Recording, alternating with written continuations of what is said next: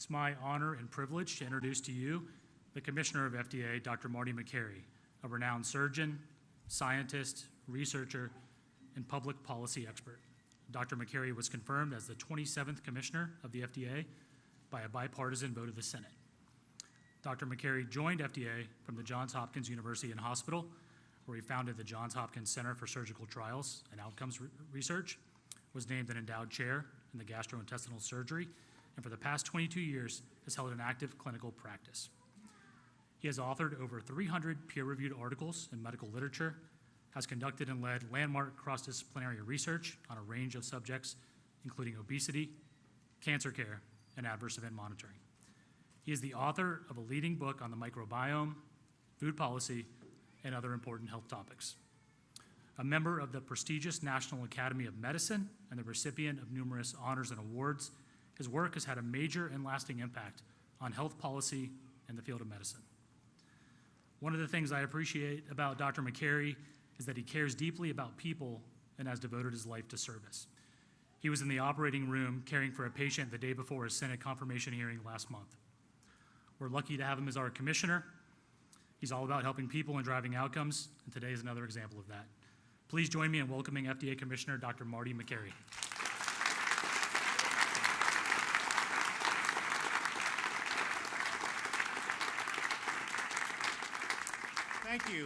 Thank you, Deputy Commissioner DeMontis. Good afternoon, Mr. Secretary, Dr. Bhattacharya, Governor, Speaker, the many Maha moms and the kids here supporting the effort. Thank you for being here. Thank you. That's great.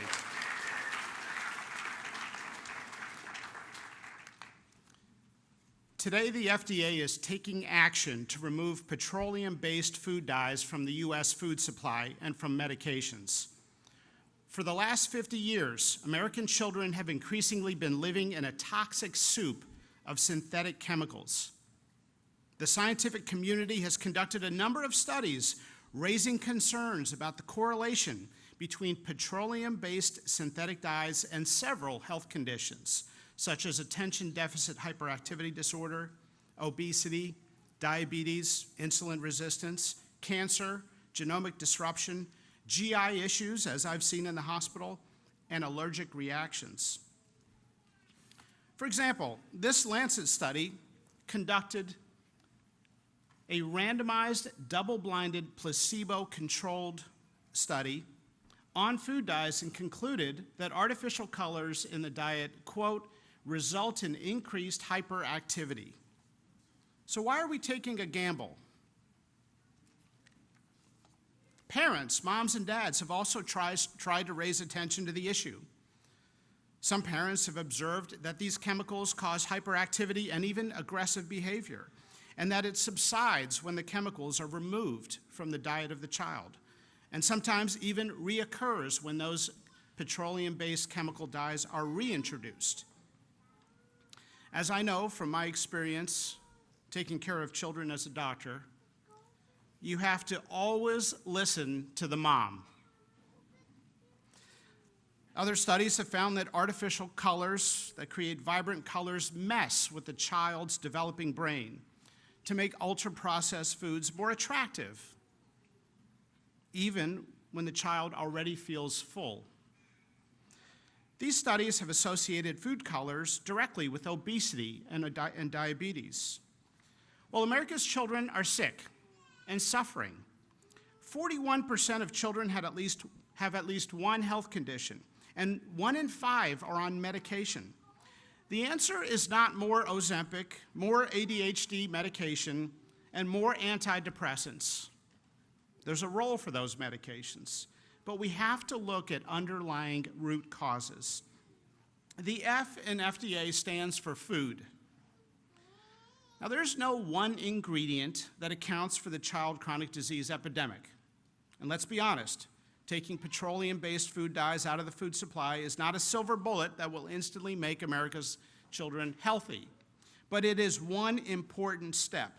This administration is not interested in continuing down the path of doing the same old things as we watch our nation's children get sicker. We need fresh, new approaches. cancer and diabetes in young people is going up at an alarming rate, and nobody seems to know why. We have to turn our attention to underlying causes, such as chemicals and toxins that children are exposed to, not just more insulin and chemotherapy. And let's not forget that the best way to lower drug prices is to stop taking drugs we don't need. 30 states concerned about this very issue have introduced bills or laws with a patchwork of standards for food companies. So the food industry, which has many good people, has asked for clarity. So today the FDA is taking the following steps. Number one, establishing a national standard and timeline for the food industry to transition from petroleum-based food dyes to natural alternatives. Number two, initiating a process to revoke authorization of synthetic food colorings, including those not in production, namely citrus red number 2 and orange B, within the coming weeks.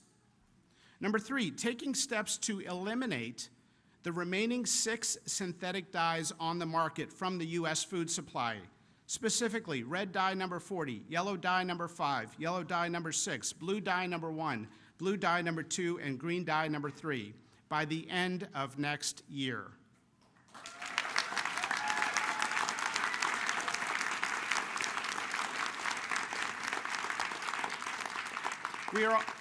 We are also requesting food companies to remove red dye number 3 sooner than the 2027-2028 deadline previously announced.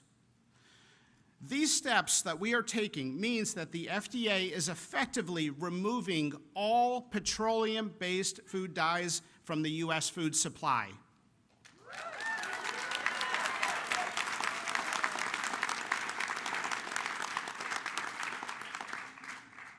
For companies that are currently using petroleum-based red dye,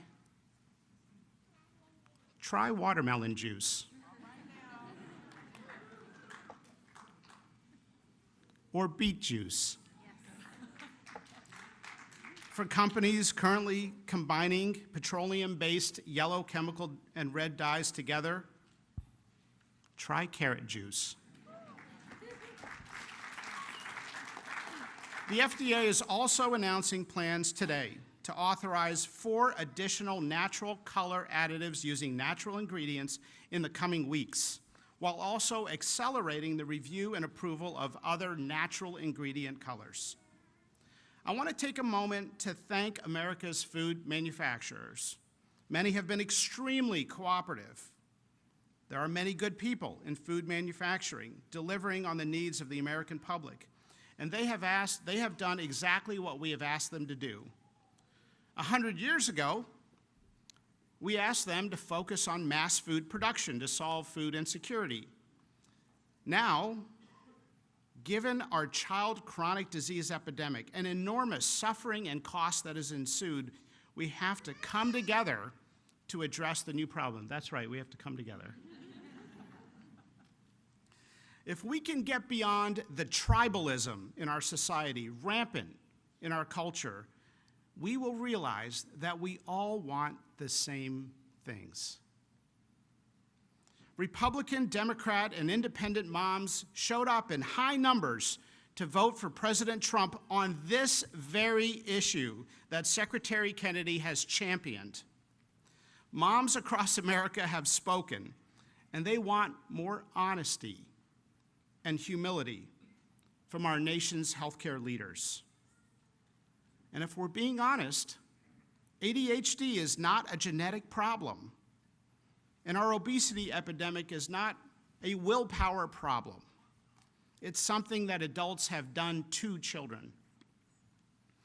I was reading a New England Journal of Medicine article recently, came out in January, referring to the chronic disease epidemic in children, specifically infertility, diabetes, obesity, attention deficit disorder, and many other health problems. And it referred to that group of problems with an interesting term. It called them non-communicable diseases of children. Non-communicable diseases. Well, actually, they are communicable. But kids are not getting these diseases from viruses or bacteria.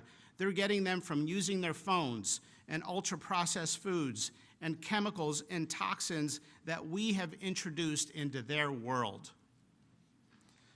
Gandhi once said, the true mark of a society can be found in how it treats its most vulnerable members, including children.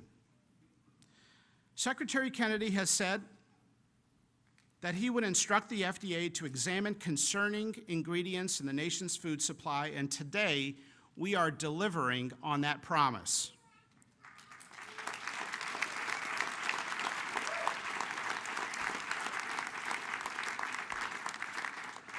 To be clear, the transition from petroleum-based food dyes to natural ingredient food dyes will not increase food prices.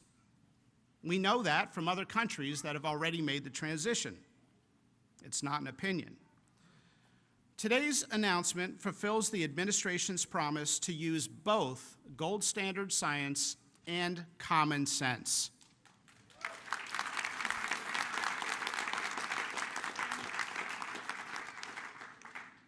For the last 50 years,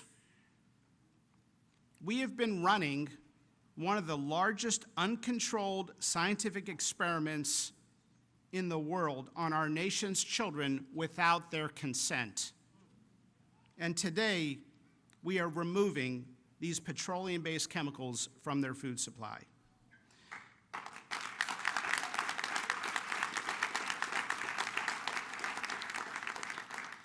In summary, we are simply asking American food companies to replace petroleum-based food dyes with natural ingredients for American children, just as they already do for children in other countries.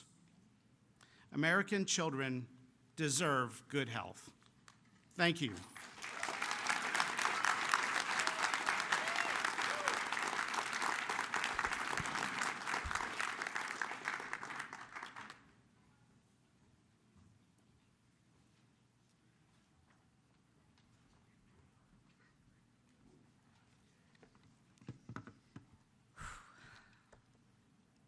For over a decade, I have said the FDA is asleep at the wheel, and now I can stop saying that. Hi, I'm Vani Hari. I'm a food activist and author, a fellow MAHA mom, and I'm not affiliated with the HHS, just for the record. Thank you, Commissioner Dr. Marty Makary. Thank you, Secretary Kennedy, and everyone here at HHS that has made this swift action possible. Today marks the beginning of restoring the trust at the FDA and our regulatory institutions. Last September, I testified at the U.S. Senate about the blatant hypocrisy of American food companies selling safer products in other countries while selling inferior versions of the same exact products here in the United States with artificial food dyes made from petroleum. The outrage of American companies doing this spawned a massive grassroots movement to hold these companies accountable. 1,000 concerned citizens, moms, children, elected officials, health leaders from across the nation gathered in Battle Creek, Michigan last fall asking Kellogg's to remove the dyes they don't use in other countries. We had over 400,000 petition signatures to deliver to their headquarters, but they gave us the cold shoulder. They told us to get off their lawn. Secretary Kennedy took our unheard voices to the campaign trail and elevated them all the way up to President Trump. From the moment my kids were born, I have taught them the truth about artificial food dyes because our government was doing nothing to protect them from these harmful ingredients. Now we are entering a new era, an era where we don't need to worry about artificial food dyes on the frosting of a birthday cake, the breakfast cereals served at schools, our children's Halloween bucket or Easter basket, the chips and the sports drinks being served after a game. This was the effort of so many incredible people, many of whom are in this room today. Thank you. Thank you for being loud. Thank you for coming together with me on this issue. Because you made your voices heard, we now have made history together. And now we have intellectual honesty coming out of the FDA, focused on looking at updated science on food additives that American food companies are not using in other countries. This is a win for every American who doesn't know the truth about the food industry. For all the mothers, the fathers, the doctors, and the teachers out there struggling for answers on our children's health problems when they can be solved with food. Because you know what? Food is medicine. Thank you very much.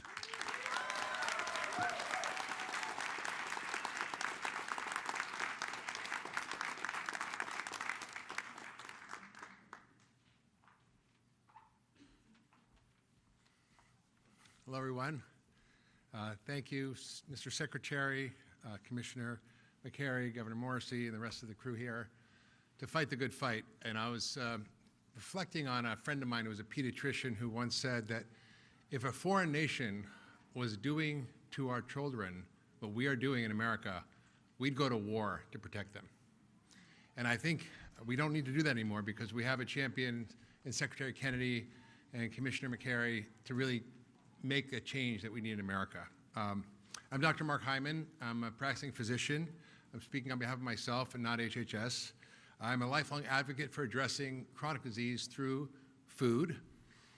And I'm here today because our food system, specifically our regulatory system for food additives and dyes, is failing to protect the health of the American people, especially our children. Every day, Americans consume thousands of chemicals in our food, many of which have never been independently tested for long-term safety. Artificial dyes like red 40 and yellow 5, emulsifiers, preservatives, and so-called natural flavors have been linked in studies, many studies, to behavioral issues, to metabolic dysfunction, to inflammation in the body. And these aren't just theoretical risks. We're seeing rising rates of chronic diseases linked to food dyes and other additives like ADHD, obesity, autoimmune diseases, allergies, endocrine disruption, and even cancer. The highest levels of scientific evidence shows that these food dyes cause increased hyperactivity, reduced attention span, irritability, sleep disturbances in both children with and without pre-existing behavioral disorders. Now, these effects can occur at doses within the range of typical consumption for many kids, which is often in the many milligram doses. Is it any wonder that there's been a 1,000% increase in ADHD since 1970? 1,000%. No parent should have to guess whether the food they're giving their child contains substances banned in Europe but allowed here. No doctor should watch their patients struggle with chronic illness tied to ultra-processed food and be powerless to change it because our food policies lag decades behind the science. It's time, and it is time, it's happening, that the FDA and HHS is demanding full transparency, independent review, and science-based safety standards for every substance added to our food. Americans deserve a food system that protects their health and not corporate interests. Thank you.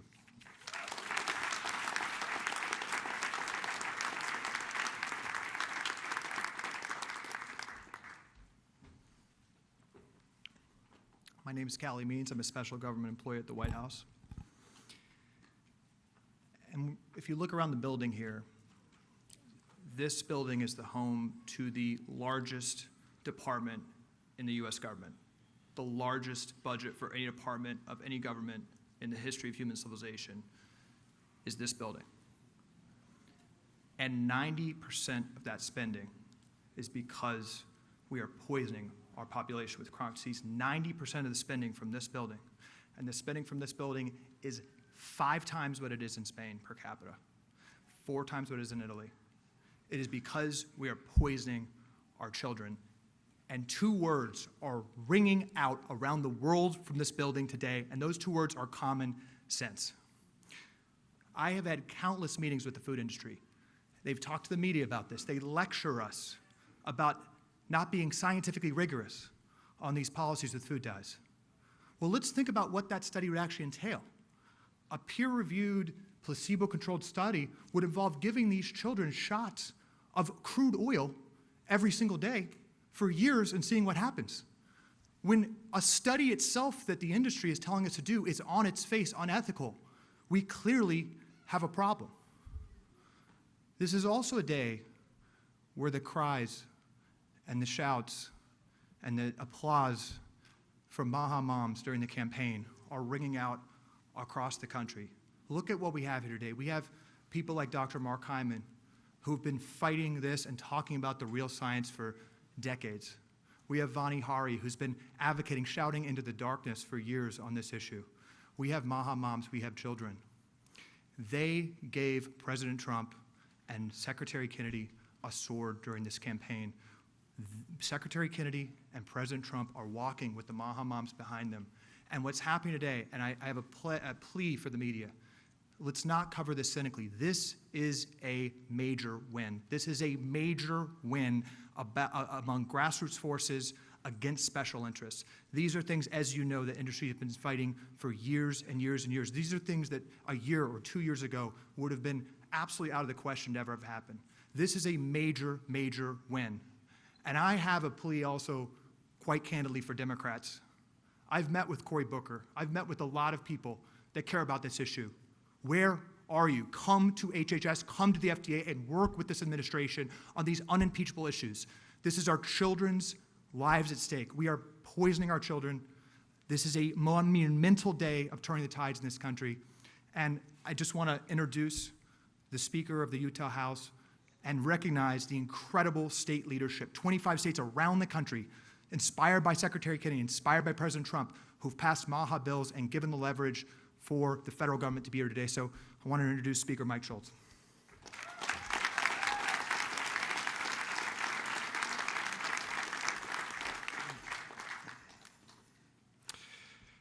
Good afternoon. I'd like to start by giving a shout out to my colleagues in the Utah House of Representatives and the Utah Senate, 10 of which came to be here with us today. Thank you. Because you see, real change doesn't happen easy. It happens because people are willing to do the hard things, to make the tough calls, and to put our kids first, and Americans first. Whether it's banning soda from SNAP purchases, or getting ultra-processed foods out of our school lunches, or removing fluoride from our drinking water, Utah leads and Utah has taken action.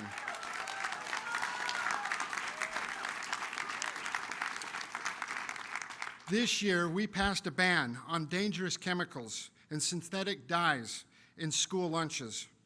In fact, one of our largest school districts has been doing this for 3 years already, showing that we can provide a healthy environment for our kids without overburdening our schools and our school systems. These decisions aren't easy, and they're not always popular. But the mark of leadership is doing the right thing, even when it's hard. Secretary Kennedy can attest to that. While we're proud of the work we've done, we know that this fight isn't over. And it's not won in a single session, or in a single bill, or by a single state. It takes collaborative, sweeping approach to bring people together, local, state, and federal governments, all pulling in the same direction. That's why we're grateful for the growing partnership between the Utah Legislature and the Department of Health and Human Services.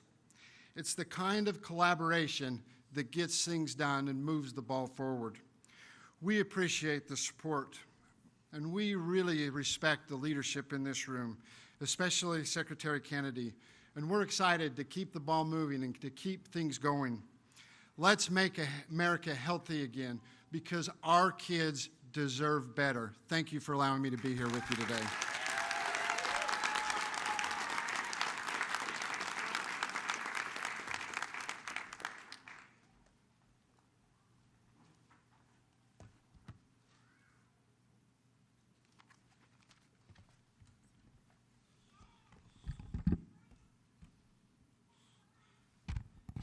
Well, good afternoon. What a wonderful time to be here at HHS today.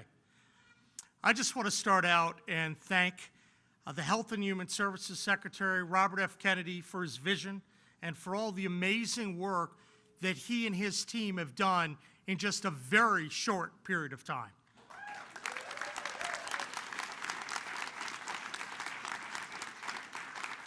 I'm grateful to be here with the Secretary and with the FDA Commissioner, Dr. Makary, and also I'm personally appreciative that President Trump had the good sense to pick these wonderful people. They're doing an amazing job making America healthy again.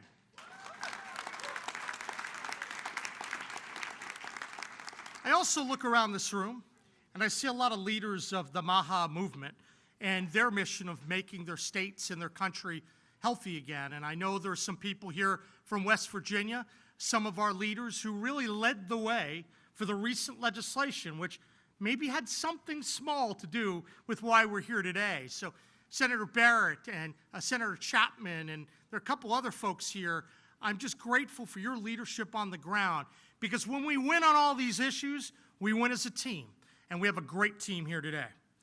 Now, when we think about the MAHA movement, we think about how we can make Americans happier, healthier, and living more purposeful lives.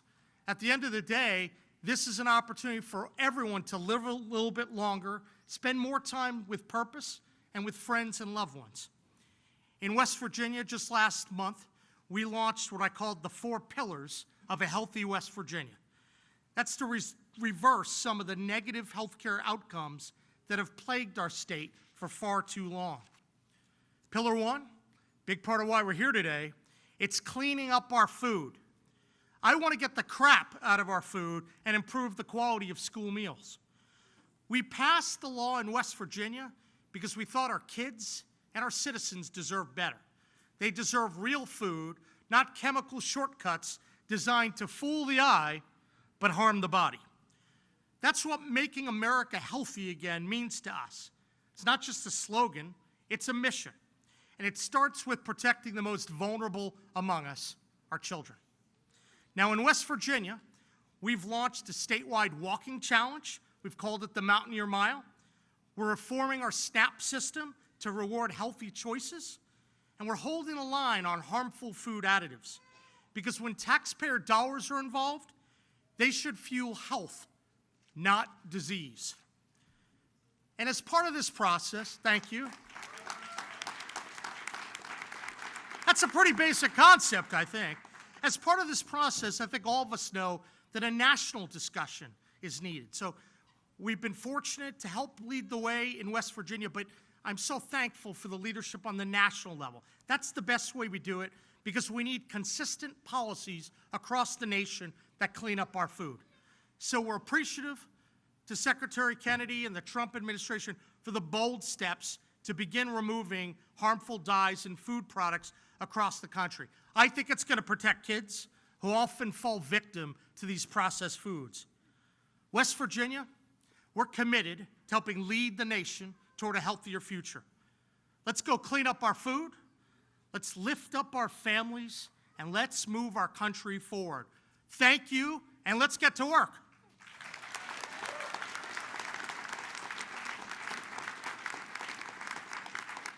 And now it is my pleasure, my honor, to introduce someone who makes a lot of people nervous here in Washington. That's Secretary Kennedy. Secretary Kennedy? This is a guy that's willing to speak the hard truths and stand up for everyday Americans. Even when it's not popular, he stands up, he makes it happen. Let's join me in welcoming him, a warrior for America's children, RFK Jr. see it. Yes.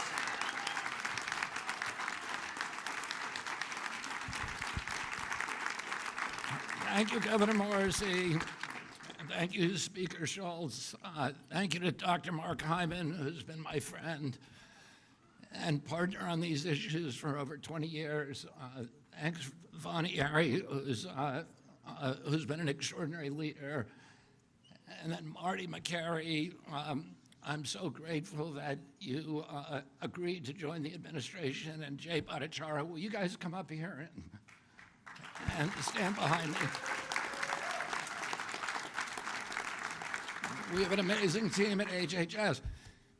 When my uncle was president in the 1960s, we had the healthiest people in the world. And one of the basic assumptions of our country was that because we were robust people, because we were vigorous, because we were tough, we had what my uncle called this beef jerky toughness, that was responsible for our country being the land of the brave and the home of the free, the greatest industrial power in the world, the wealthiest country. We owned half the wealth on earth when my uncle was president, and part of that was because of the vigor of our society. And that's one of the reasons he started the Presidential Council on Physical Fitness, because he saw that he felt that Americans were getting soft, and it was going to steal from us and erode all of our leadership, our moral authority, and our values, and our role as an exemplary nation. And since his death, we've had this extraordinary chronic disease epidemic. When my uncle was president, 3% of American kids had chronic disease. Today, it's around 60%. And these are a broad category, the ones that Marty mentioned, like ADHD, the neurological disorders, ADD, ADHD, speech delay, language delay, tics, Tourette syndrome, narcolepsy, ASD, and autism. All of these are injuries that I never heard of when I was a kid. They were not part of the nomenclature. They weren't part of the dialogue. There was zero spent in this country treating chronic disease when my uncle was president. Today, it's about $1.8 trillion annually. It's bankrupting our nation. 74% of American kids cannot qualify for military service. Oh, how are we going to maintain our global leadership with such a sick population? We have all these autoimmune diseases, these exotic diseases, and again, I never heard of juvenile diabetes, rheumatoid arthritis, lupus, Crohn's disease, and 100 others that were just unknown when I was a kid. I never knew anybody with a peanut allergy. I never knew anybody with a food allergy. Why do 5 of my 7 kids have allergies? I never knew of anybody who had eczema. I knew of a very small number of children who had asthma, but that has exploded as well today. And our fertility is dropping dramatically. Teenagers in this country today have the same testosterone levels as 68-year-old men. Our girls are reaching puberty 6 years early, from 10 to 14 years old. And this is existential for our country.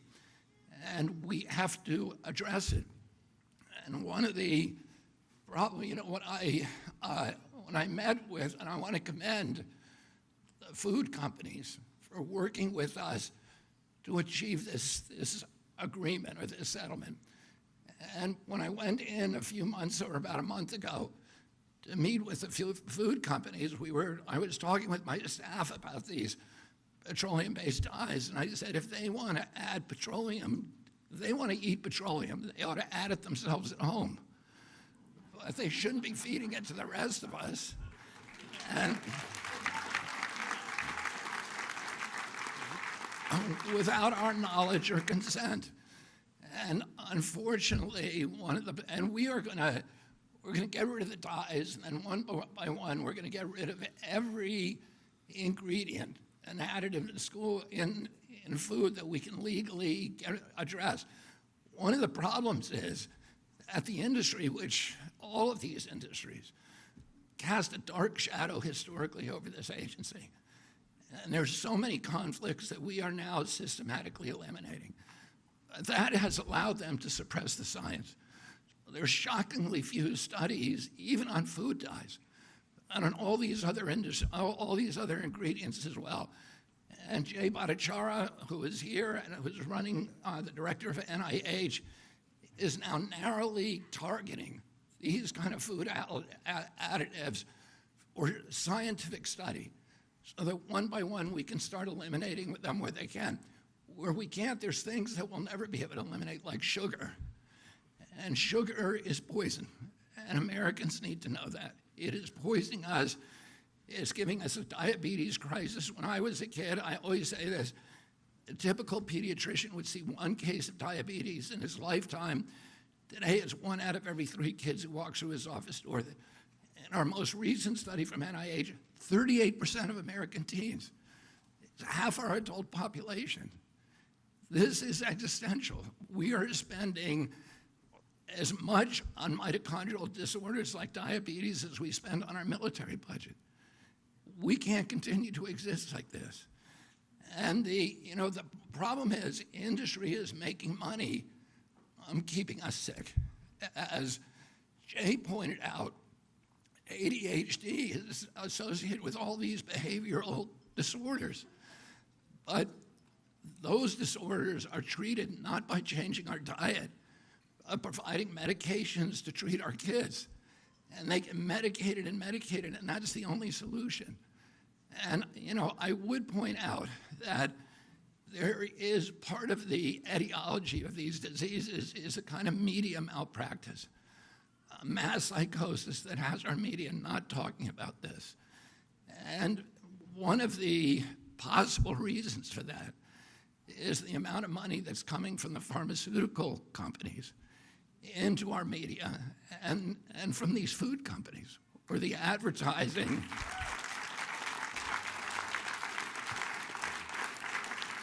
And the advertising has at least plays a factor. So that revenue, that extraordinary revenue stream, in disabling their capacity or their inclination for skepticism and for critical thinking. So Americans don't know what they're eating, and they don't know the implications of those things. And for those products, Mark Hyman says in his book, the 10-day sugar detox diet, which I'll give a plug to, is a very good book. He talks about how dangerous sugar is and how it's as addictive as crack. And our children are addicted to it from when they're little kids. Our agency recommends, I think, a huge amount of sugar for kids from when they're born. And it's hurting them, and it's addicting them, and it's changing their taste buds so that they crave it. And it's disabling our population. So for those ingredients that we can't ban legally, we're going to start informing Americans about what they're eating. And we're going to try to work with Congress and the White House to make sure that we have adequate labeling so mothers who go into the grocery stores know what is good for their children and what is not. I want to say one other thing about the moms. When I went and spoke for the first time, and I met with the heads of all the food industry companies. One of the things that they said to us is that the worst thing for us is if we have a patchwork of legislation in all these different states, because then we're not capable of marketing nationally distributed products, because we're going to have different regulations in every state. And they didn't want that, and that's one of the reasons they came to the table with us. I want to thank Speaker Schultz, and I want to thank Governor Morrissey, and I visited many other governors in Virginia and West Virginia, in Arizona and Utah, and other states that are banned, that are having these local bans. But those bans have given us leverage to make demands on the food company, and the only reason that those states have banned these products is because of these ladies and millions of more across the country, the warrior moms who have powered the MAHA movement.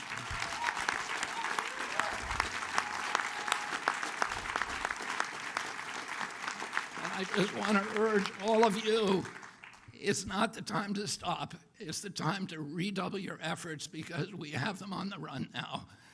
and we are going to win this battle. And 4 years from now, we're going to have most of these products off the market, or you will know about them when you go in the grocery store. So I want to thank you.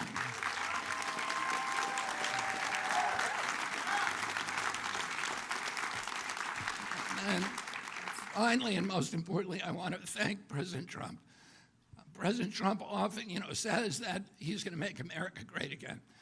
But he knows that he cannot make our country great again if our country is weak, if we're not healthy, if we don't have vigor, if we're not a robust people. He says that he's going to restore the American dream, and a healthy person has 1,000 dreams. The sick person only has one. And right now, there's 60% of the people in this country who have only one dream.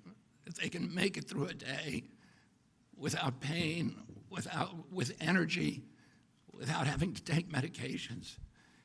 And we are going to change that for our country. And I want to thank the moms and thank President Trump for his confidence in my leadership and for allowing me to surround myself with such an extraordinary team of scientists who are going to restore transparency to this agency. We're going to do replicated science. We're going to restore gold standard science so we know what's in our food and we can eliminate it. Thank you all very much.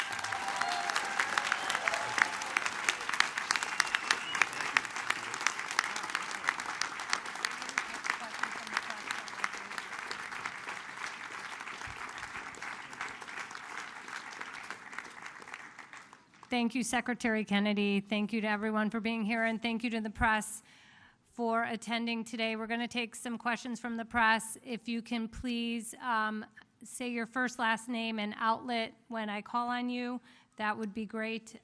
Sarah, CNN. Here. I got it. Yeah. Hi, Sarah Overmall from CNN. Secretary Kennedy, you talked about how sugar is poison and how it's addictive. Is that the next step for you, looking at policies to reduce or even eliminate sugar in food products? I don't think that we're going to be able to eliminate sugar, but I think what we need to do probably is give Americans knowledge about how much sugar is in their products, and also with the new nutrition guidelines, we'll give them a very clear idea about how much sugar they should be using, which is 0. Yes. Hi, Helena Bottomiller-Evich with Food Fix. You mentioned the goal is to work with the food industry to get most of the major synthetic food dyes out. What is the plan if the food industry does not voluntarily agree to do that? And what are the next steps if you can't get agreement within the industry? Thank you. Well, here the industry has voluntarily agreed. And so, I think as we move forward, we are going to work with the industry. They've shown a lot of leadership on this right now. And in fact, we're getting food companies now and fast food companies who are calling us almost every day and asking us, how do we do this? What do you want us to do? Will you do a press conference with us? And so we're really happy with the reception. I think they're ready to change the industry. They have children too. There's no such thing as Republican children or Democratic children. Their children are going to the same schools, they're eating the same foods as the rest of us. And I think most of them really want to have a healthier America. They want clear guidelines, and they want to know what they can and can't do, and we're going to give them that.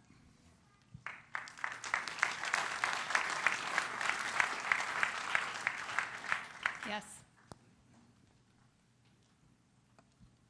Hi, Margaret Manto with Notice. I'm wondering if there's any pharmaceutical additives that you'd like to eliminate?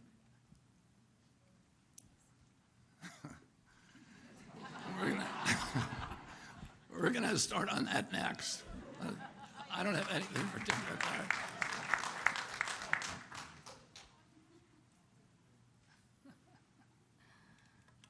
Yes, in the white. Hi, Emily Kopp, Daily Caller. When will HHS FOIA offices be restored? This is important for many of your stated priorities, adverse events, food.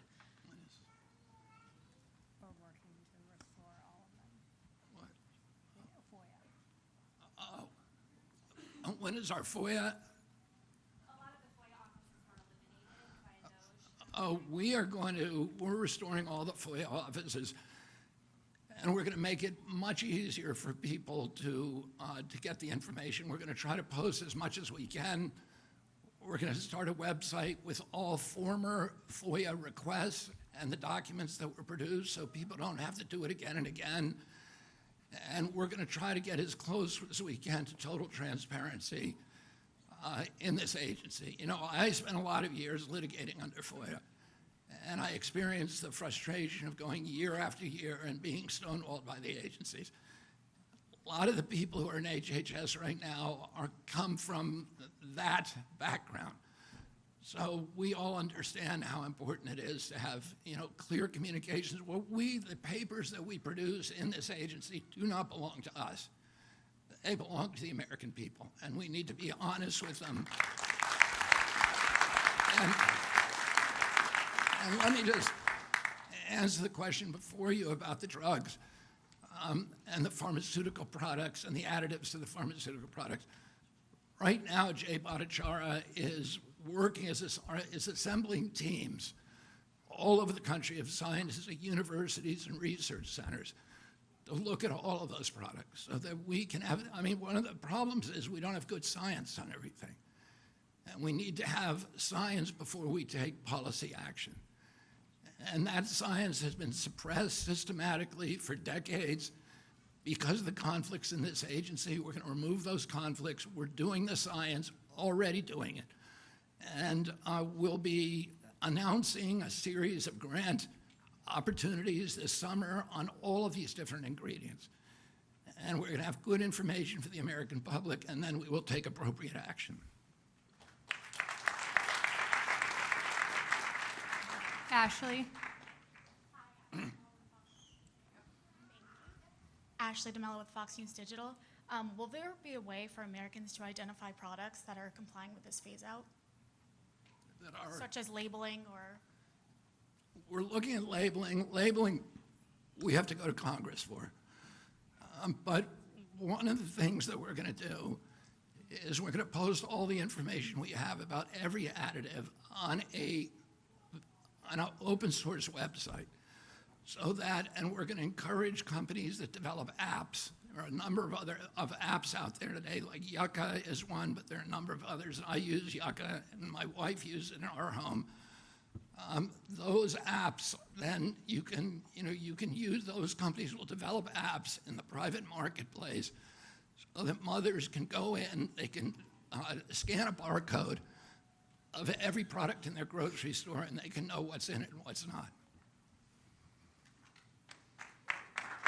Thank you. Jan? So, Secretary Kennedy, you have a lot of issues on the MAHA agenda, obviously, and I'm very curious if you could share some of the logic of choosing, for example, autism and food dyes and things as some of the kind of inaugural issues that you're coming forward with.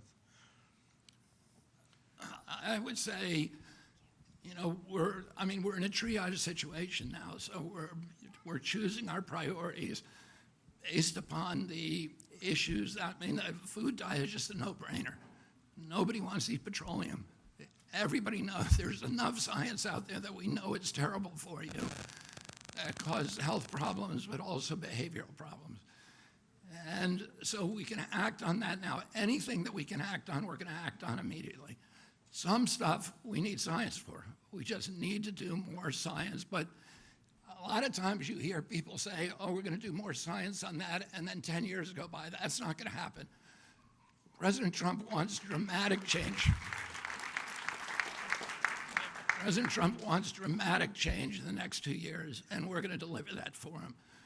In terms of autism is a priority. We've gone from 1 in 10,000 now to 1 in 31, 1 in every 20 boys.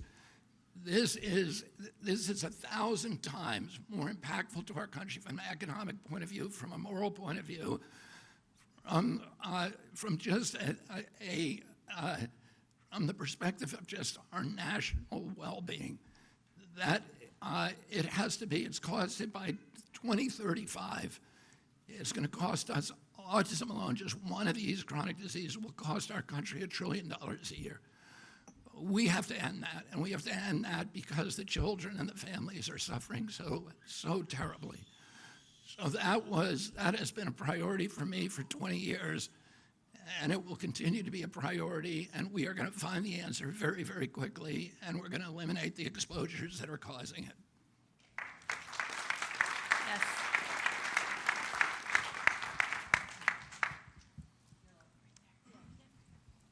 Yes. Secretary Kennedy, Issam Ahmed here from Agence France Presse. Just on the political dimensions, do you sort of give credit to the former President Joe Biden for getting the ball rolling with Red Dye 3? And as far as the labeling goes, you mentioned you have to go to Congress. Are you in discussions with lawmakers on both sides of the aisle regarding improved labeling around food? Thank you. We have not yet. The time has not yet come for us to put our legislative proposals before Congress. Labeling will be a top priority proposal for us. In terms of the credit, I credit President Biden for getting it done. I wish it hadn't taken him to 1 week before I came into office before he did it. Let's give credit where credit's due. Okay, one more question right there in the pink. Thank you, Secretary Kennedy. Cheryl Gay Stolberg from the New York Times. I just want to make sure we understand the parameters of this agreement with the food companies. Do you actually have a settlement with the food companies and a formal agreement for them to adhere to these guidelines? And if so, why don't we have anyone from the food industry here? I would say we don't have an agreement, we have an understanding, but I'm going to let Marty take this question. Thank you. Thank you, Mr. Secretary. You win more bees with honey than fire. Good to see you, Cheryl. And so there are a number of tools at our disposal. And so I believe in love, and let's start in a friendly way and see if we can do this without any statutory or regulatory changes, but we are exploring every tool in the toolbox to make sure this gets done very quickly. And they want to do it. They want to do it. So why go down a complicated road with Congress when they want to do this? They don't want to deal with a patchwork of 30 different state plans. We've had wonderful meetings with the food industry. I've been amazed, and they are eager to do this. They are good people. As Secretary Kennedy has said, they have kids too, and I think we all want the same thing. Thank you.